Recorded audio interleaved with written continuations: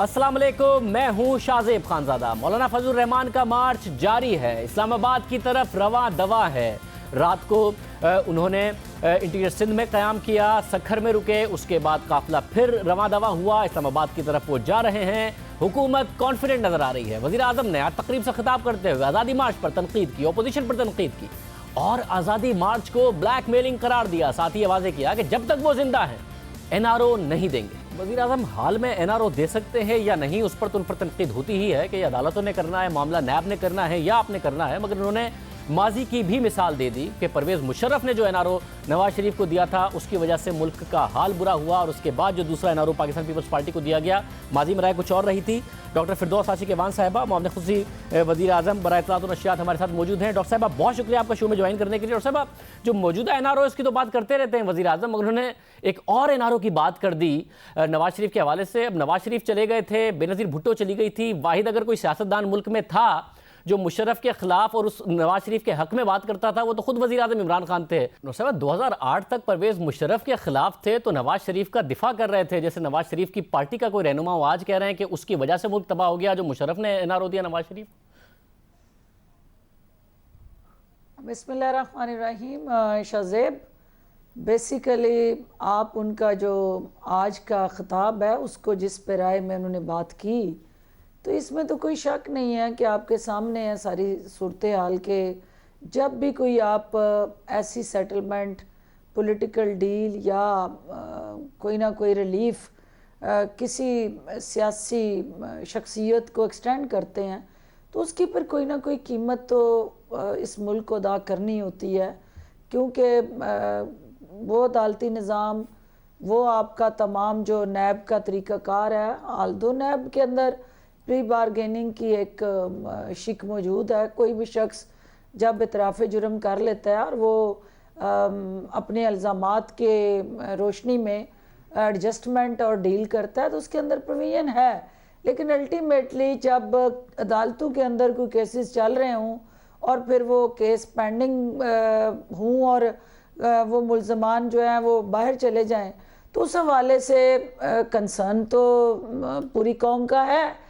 और यही इमरान खान साहब की एक जदोजहद रही है कि पाकिस्तान में रूल ऑफ लॉ हो, इंस्टीट्यूशनल एम्पावरमेंट हो, कानून का यकसा इतलाक़ हो, और इस पूरे कॉन्टेक्स्ट से हट के आप उनकी गुफ्तगू को ना चलाएं, क्योंकि जो आपने उस वक्त उनका इंटरव्यू किया वो उस वक्त 2008 की हालात, सूरत हाल और फिर मियाँ बरादरान के जो हक़ाइक़ सामने आए, एक्सपोज हुए कि क्या बेनिफिट उन्होंने लिए और कौन कौन से केसेस थे जो अल्टीमेटली दोबारा जहाँ आके पाकिस्तान में हदैबिया पेपर मिल समेत उनको रिलीफ मिला, और आगे फिर अब नहीं डॉक्टर साहब ऐसा नहीं है। डॉक्टर साहब पनामा केस से लेके इमरान खान उनका को नैब तक का जो रोल है, ये इंटरव्यू तो 2008 का है। वज़ीर आज़म इमरान खान को उससे पहले पता था कि क्या हुदैबिया था, क्या मामलात थे। 90 की दहाई में उन्होंने जो सियासत की वो मोहतरमा बेनज़ीर भुट्टो और नवाज शरीफ साहब के ख़िलाफ़ की। फिर जब मुशर्रफ आए तो उनके रेफरेंडम में मुशर्रफ का साथ दिया और नवाज शरीफ के खिलाफ वही मौक़िफ़ रखा। जब तक वो मुशर्रफ के हामी थे तो नवाज शरीफ और बेनज़ीर भुट्टो के उसी तरह खिलाफ थे। वो तो 2008 में मुशर्रफ के खिलाफ हो गए तो फिर नवाज शरीफ के हामी हो गए। ये डॉक्टर साहब 2002 में जनरल मुशर्रफ के रेफरेंडम के लिए कैंपेन कर रहे हैं और कह रहे हैं कि उन करप्ट सियासतदानों को बाहर रखने के लिए इसलिए मैं मुशर्रफ को सपोर्ट कर रहा हूँ, यानी मोहतरमा बेनज़ीर भुट्टो और नवाज शरीफ को। फिर 6 साल बाद जब वो मुशर्रफ के खिलाफ हो गए तो नवाज शरीफ का दिफा कर रहे थे टॉक शो में बैठ के। देखिए शाहजेब, पॉलिटिक्स के अंदर कोई भी चीज़ जो है एक कंसिस्टेंट और वो पॉइंट ऑफ व्यू जो है वो कंटिन्यूड नहीं होता। हालात सूरत हाल के मुताबिक ग्राउंड रियलिटीज़ को बेस करते हुए आपकी ओपिनियन बदलती है, और आप हक़ाइक़ जब 2002 का रेफरेंडम आप बात कर रहे हैं, मुझे बताएं कि इमरान खान साहब ने वहाँ कौन सी ऐसी बात गलत कही है।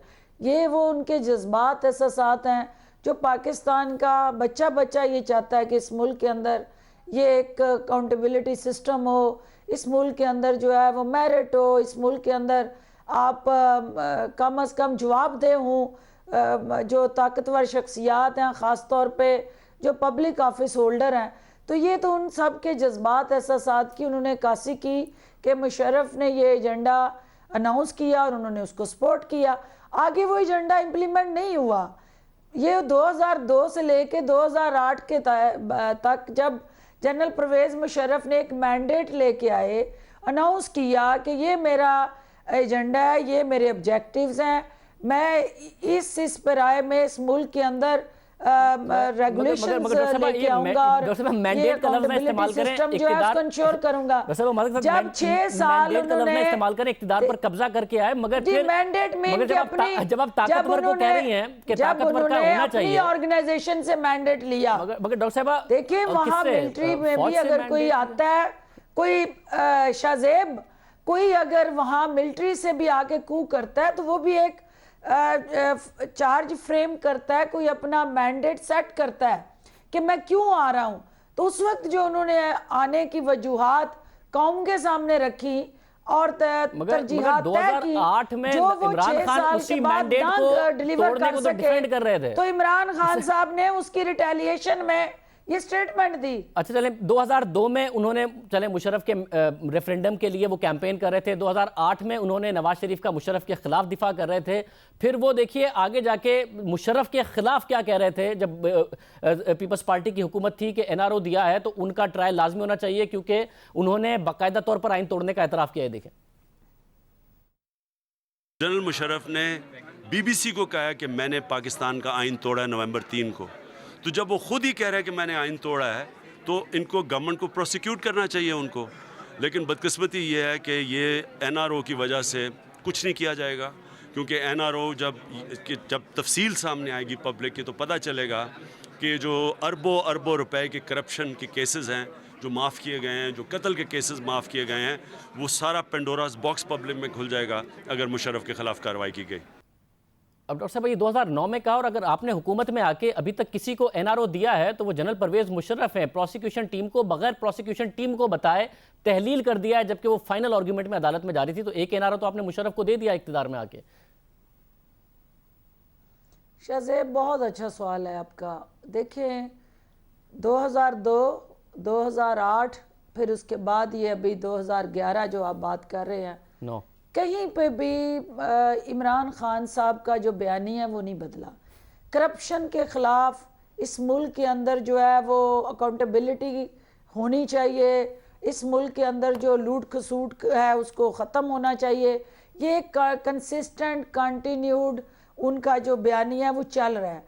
हाँ, अलबत्ता आज आपने मुशर्रफ साहब की जो बात की, मगर नहीं, मुझे ये बताएं कि डॉक्टर साहब मैं चाहता हूं कि आपको जवाब देने का पूरा मौका दूं, मगर जब आप ये बात कर देती हैं तो फिर मुझे करना बदला है। मैं दिखाता हूं परवेज इलाही के बारे में क्या कहते थे, जो भी स्पीकर हैं और उनके साथ हुकूमत बना ली है। ये भी देख लें मुशर्रफ के जमाने में क्या कहते थे।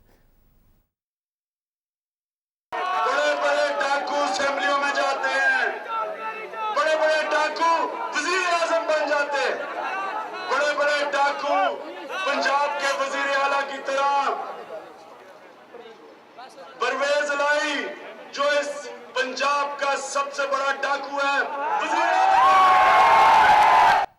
डॉक्टर साहब हमारे के साथ पिछले 20 साल में फिर यही हुआ ना, जहां सियासी फायदा नजर आया। शुरू हुए थे 90s में मोहतरमा बेनज़ीर भुट्टो और नवाज शरीफ के खिलाफ, 2002 में रेफरेंडम की कैंपेन कर रहे थे मुशर्रफ के लिए, परवेज इलाही को उसके बाद डाकू कह रहे थे। 2008 में नवाज शरीफ का दिफा कर रहे थे, फिर परवेज मुशर्रफ के एनआरओ पर ट्रायल की बात कर रहे थे, फिर इक्तिदार में आके सबसे पहले मुशर्रफ को एनआरओ दे दिया है। तो ये उसूल तो कोई नहीं है, जहां अपना सियासी फायदा नजर आता है वहां पर उस तरफ चले जाते हैं वज़ीर आज़म इमरान खान। शाहजेब मैं आपकी इस राय से बिल्कुल एग्री नहीं करती हूँ। आप अपनी ओपिनियन जो है हक़ाइक़ के साथ जब आपको वो तमाम इंफॉर्मेशन तक एक्सेस होती है, आपको ये रियलिटीज़ पता चलती हैं, तो आपकी ओपिनियन बदल जाती है अफराद के हवाले से, शख्सियात के हवाले से। और इमरान खान साहब की जो क्लैरिटी ऑफ माइंड है कि उन्होंने कहीं पे भी अपनी उस बयानिए से डेविएट नहीं किया जो उनकी मंजिल थी पाकिस्तान को करप्शन फ्री बनाने में, उसके और उस जद्दोजहद को वो आगे बढ़ाते रहे, चलते रहे, अनथक मेहनत करते रहे। उसके रास्ते में मुख्तलिफ अदवार आते रहे, उसके रास्ते में मुख्तलिफ शख्सियात आती रही, उनके साथ उनका कहीं लाइकिंग और डिसलाइकिंग का कोई ऐसा अमल आप जिसको डिबेट कर रहे हैं, वो उनकी ओपिनियन जो है, हकायक जब उन तक पहुंचते रहे वो बदलती रही, लेकिन एक चीज़ कंसिस्टेंट रही, उनका अज़्म जिसको वो दोहराते रहे, और आज भी उसी कमिटमेंट के साथ वो खड़े हैं। वो उनकी काज थी, वो नेशनल काज थी, वो उनकी सोशल काज थी, वो उनकी पॉलिटिकल काज के ज़्यादा ऊपर जो हावी थी, वो उनकी इस कौम और मुल्क के साथ की हुई वो कमिटमेंट थी। अब दूसरी बात जो आपने प्रोसिक्यूशन का कहा कि मुशर्रफ को एनआरओ दे दिया गया, देखिए ये मीडिया के अंदर ये बहुत एक डिसइंफॉर्मेशन चल रही है। शाहजेब, आपकी जनरल परवेज़ मुशर्रफ के केस में मियां मोहम्मद नवाज शरीफ ने एक कानून है, आपका आइन है, जिसके तहत कोई भी अटॉर्नी जनरल के ऑफिस की मर्जी के बगैर आप प्राइवेट लीगल टीम हायर नहीं कर सकते। उनको हायर करने का एक तरीकाकार है। जनरल परवेज़ मुशर्रफ से ज़ाती अनाद और बुग़्ज़ होते हुए, गवर्नमेंट में होते हुए भी अपने अटॉर्नी जनरल को और लॉ मिनिस्ट्री को ऑन बोर्ड लिए बगैर 25 से 30 लोगों का एक प्राइवेट लीगल स्ट्रक्चर क्रिएट किया गया, और सरकारी जो वकील थे या आपकी प्रोसिक्यूटर की टीम थी उस पर अदम एतमाद करके प्राइवेट लोग जो थे, वकला थे, उनको हायर किया गया भारी भरकम फीसों पे, और इस कौम के कई अरबों रुपए जो हैं वो फीसों की मद में अदा किए गए उन वकला को उस केस की प्रोसिक्यूशन के लिए।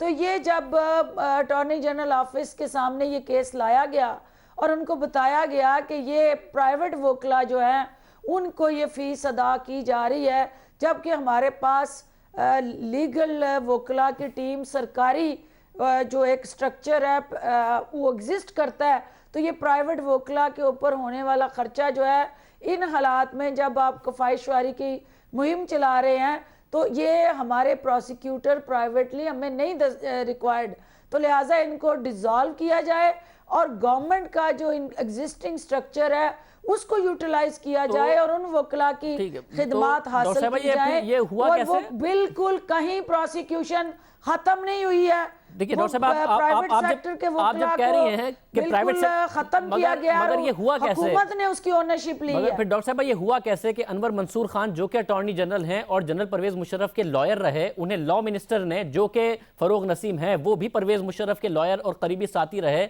उन्होंने ये बात आके बताई, और फिर इंटीरियर मिनिस्ट्री ने, जो कि इंटीरियर मिनिस्टर परवेज मुशर्रफ के जाती तौर पर दोस्त हैं और वो मीडिया पे कह चुके हैं कि इमरान खान साहब को इस केस में नहीं उलझना चाहिए, उन्होंने ये नोटिफिकेशन कर दिया। इस तरह हुआ कि अटॉर्नी जनरल को बताया लॉ मिनिस्ट्री ने और इशू कर दिया नोटिफिकेशन इंटीरियर मिनिस्ट्री ने, सारे के सारे परवेज मुशर्रफ के साथ हैं और ये लोग करेंगे। ऐसा नहीं है। देखें आप, इस मुल्क के अंदर जो वकील होता है, जो आपका डॉक्टर होता है, या आपका जो ओवरऑल सिविल सोसाइटी के अंदर, या आप जर्नलिस्ट हैं, इसका किसी जमात या शख्सियत से जात तो फिर अब अटॉर्नी जनरल होंगे पेश, कोई लिंक या ताल्लुक, तो अब अटॉर्नी जनरल पेश होंगे जनरल परवेज मुशर्रफ के खिलाफ, तो अब अटॉर्नी जनरल परवेज मुशर्रफ के खिलाफ पेश होंगे। ये देखिए, जब अदालत उनको बुलाएगी, अदालत समन करेगी, तो क्यों नहीं पेश होंगे? वो तो इस वक्त वफाक की नुमाइंदगी कर रहे हैं।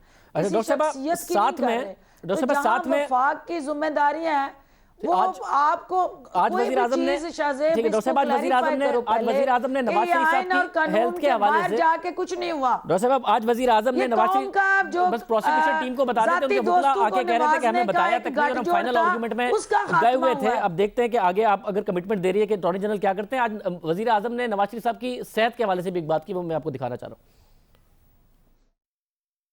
हमने बेस्ट मेडिकल दिया है नवाज शरीफ को, मेडिकल केयर, बेहतरीन डॉक्टर्स कराची से डॉक्टर लेके आए हैं। मैंने शौकत खानम के जो चीफ एग्जीक्यूटिव है, जो पाकिस्तान के टॉप डॉक्टर्स में गिने जाते हैं, उनको ख़ास तौर पे भेजा कि चेक करें उनकी सेहत पे। ये जो हम एक तबकाती कानून पाकिस्तान में ले आए हैं, ताकतवर के लिए एक VIP सिस्टम बना हुआ है। हम जब कहते हैं दो नहीं एक पाकिस्तान, ये प्रिविलेज क्लास, ये जो एलीट का टेक ओवर है पाकिस्तान में, प्रिविलेजेस एक छोटे से तबके के लिए, बाकी लोगों के लिए बुनियादी ज़रूरत नहीं, ये कभी भी निज़ाम नहीं आगे बढ़ सकता, और ये हमारा चैलेंज है पाकिस्तान का। डॉक्टर साहब एक तरफ कह रहे हैं प्रिविलेज क्लास है और गरीब के लिए अलग कानून है, किसी गरीब के लिए क्या वजीर आजम ने कभी ट्वीट किया है? किसी गरीब के लिए क्या इस तरीके से शौकत खानम का डॉक्टर भेजा है? किसी गरीब के लिए डॉक्टर यास्मीन राशिद साहिबा ने इतनी प्रेस कॉन्फ्रेंस की है? किसी गरीब के लिए डॉक्टर यास्मीन राशिद साहिबा ने कहा है कि जहाज तैयार खड़ा है चीफ मिनिस्टर का, उसमें नवाज शरीफ साहब का इलाज हो सकता है? ये क्या कंट्राडिक्टरी स्टेटमेंट्स हैं? एक तरफ गरीब की बात भी करते हैं, दूसरी तरफ फिर नवाज शरीफ साहब की जहाँ पे पॉलिटिकल मजबूरी होती है, प्रेशर हुकूमत पे आता है, तो नवाज शरीफ के लिए सारी की सारी फैसिलिटीज हो जाती हैं, जब प्रेशर खत्म होता है तो फिर गरीब की बात शुरू कर देते हैं वजीर आजम। शाहजेब, ये जो जदोजहद है और जो इमरान खान साहब जो हैं इस पाकिस्तान के गले सड़े निज़ाम को बदलने के लिए पुरज़म है, ये उस वक्त तक नहीं बदला जा सकता जब तक आप जैसे लोग, सिविल सोसाइटी और तमाम मीडिया जो है वो हमारे साथ ताकत बन के खड़ा ना हो।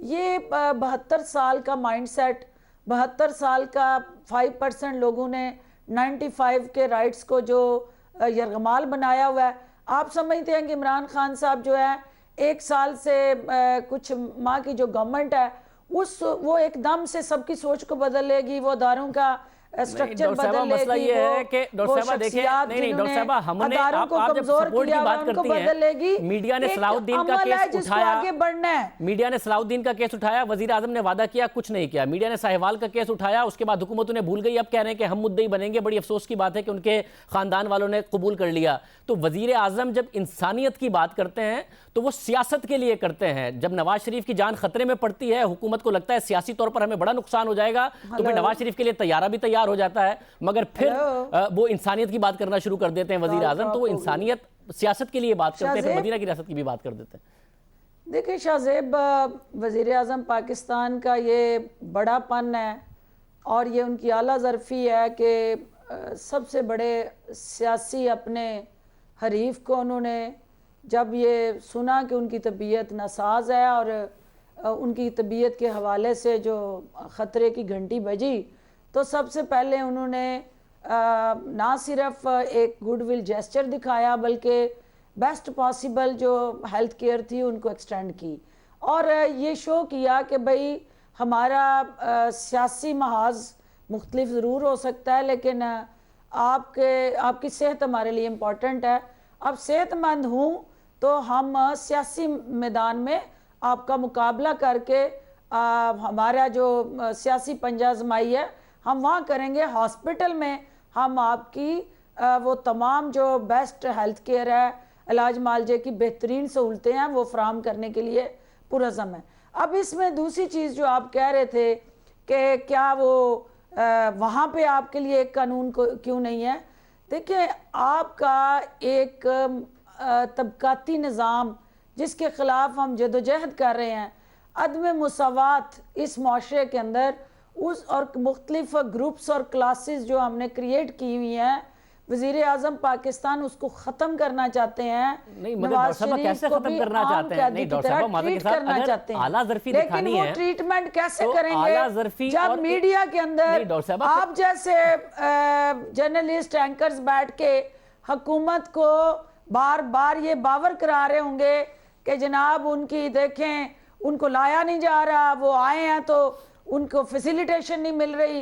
तो जब आपकी सोच बदलेगी, मीडिया की सोच बदलेगी, सोसाइटी की सोच बदलेगी, तो इमरान खान साहब की वो कोशिशें रंग लाएंगी और अल्टीमेटली हम सब ने मिलके डॉक्टर साहब अगर मीडिया का इतना प्रेशर लेना था, साहिवाल के वाक़े पर मीडिया ने प्रेशर डाला, वजीर आजम ने अपना वादा पूरा नहीं किया। सलाउद्दीन के वाक़े पर मीडिया ने प्रेशर डाला, वजीर आजम ने वादा पूरा नहीं किया। मीडिया 2 दिन से खबरें चला रहा था नवाज शरीफ साहब की तबीयत की, वजीर आजम ने नोटिस नहीं लिया, ना उनकी इंसानियत जागी। जैसे ही वजीर आजम की नवाज शरीफ की तबीयत इतनी खराब हुई कि वजीर आजम को लगा कि मेरी सियासत खतरे में है, तो फिर नोटिस ले लिया। मीडिया को तो डिक्टेट कर रहे हैं आजकल वजीर आजम इमरान खान, डिक्टेशन कहां लेने लगे मीडिया का। पहले ही जो ही उन्हें, हम एक मीटिंग में थे, जो ही ये पता चला कि वो केस का फैसला अनाउंस हुआ है, उन्होंने उसी वक्त डिस्प्लेयर शो किया, उन्होंने चीफ मिनिस्टर को कॉल किया, उन्होंने आईजी को कहा कि भाई आपने फिलफौर खुद इसमें मुद्दई बने, इसके प्रोसिक्यूशन में और इन्वेस्टिगेशन में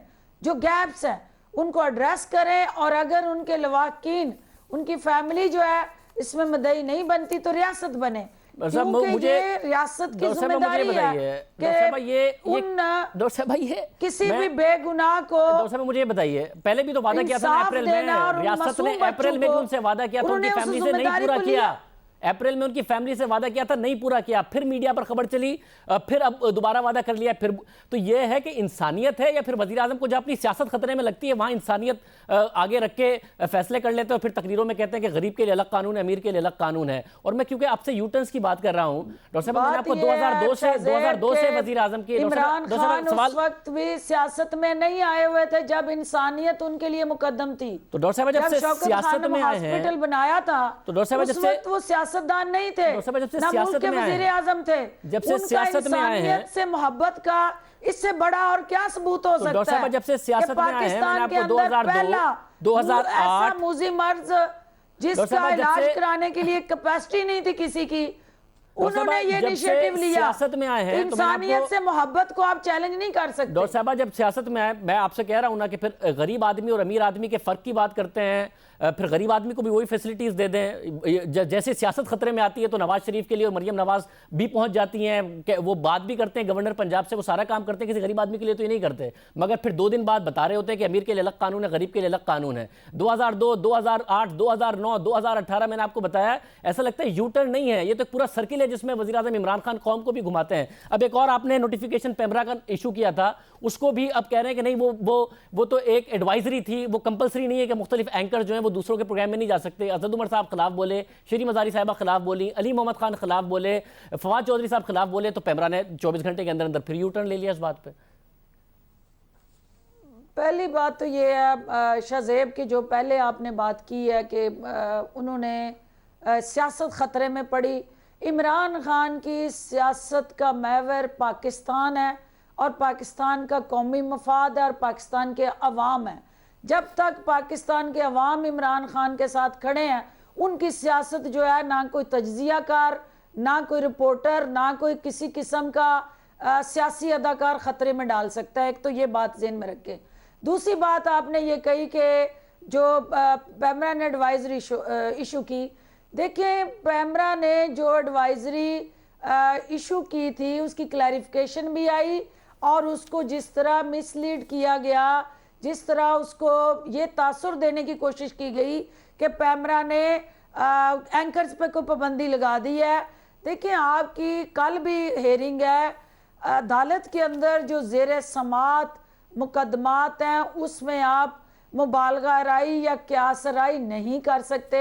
ये आपकी हाई कोर्ट कह रही है, हुकूमत या पेमरा नहीं कह रही। बिल्कुल दुरुस्त इसके कह रही बाद हैं। दूसरी बात आप नहीं होनी चाहिए कयास राई, आप दुरुस्त कह रही हैं। आप मेरी बात सुन लें, मैं इंडोर्स कर रहा हूं आपकी बात को कि ऐसा ही होना चाहिए और कयास राई नहीं होनी चाहिए। एनालिस्ट तो हो सकता है, क्या रिपोर्टर भी हो सकता है। डॉक्टर साहिबा वही एंकर जो है उसको आप एनालिस्ट बनाना चाहते हैं, क्यों नहीं हो उसी सकता? को आप रिपोर्टर बनाना चाहते हैं। डॉक्टर साहब और ये आप कहाँ कैसे लिखा बताएंगे? हुआ है कोई भी एंकर, कि कोई भी आप एनालिस्ट हो किसी सकता issue है, को कोई डिबेट कोई करें, रिपोर्टर भी तो एनालिस्ट हो दूसरे सकता फ्रीक से राय ना है, लें। उसको आइन ने हक दिया खुद ही है। आप जज हैं, खुद ही आप मदई हैं। डॉक्टर साहब तो ये क्यों नहीं हो कौन सी सकता? आपकी, मेरे शो में कोई बताए ना एंकर क्यों नहीं आ सकता एनालिस्ट? ये आइन ने बुनियादी हक दिया। और आपने कहा ज़ेर इल्तवा मुकदमात पर नहीं करनी चाहिए कयास राई। ये जो वजीर आजम कहते हैं मैं एनआरओ नहीं दूंगा, ये तो सब्सिडीज केसेस हैं, तो वजीर आजम के पास कौन सा इख्तियार है जब वो कहते हैं एनआरओ? ये कयास राई नहीं है कि मैं नहीं दूंगा एनआरओ, उनके पास क्या इख्तियार है एनआरओ देने का? देखें जर्नलिस्ट एथिक्स जो है शाहजेब, जर्नलिस्ट एथिक्स में ये आता है कि पूरी दुनिया के जितने भी आपके मीडिया हाउस हैं,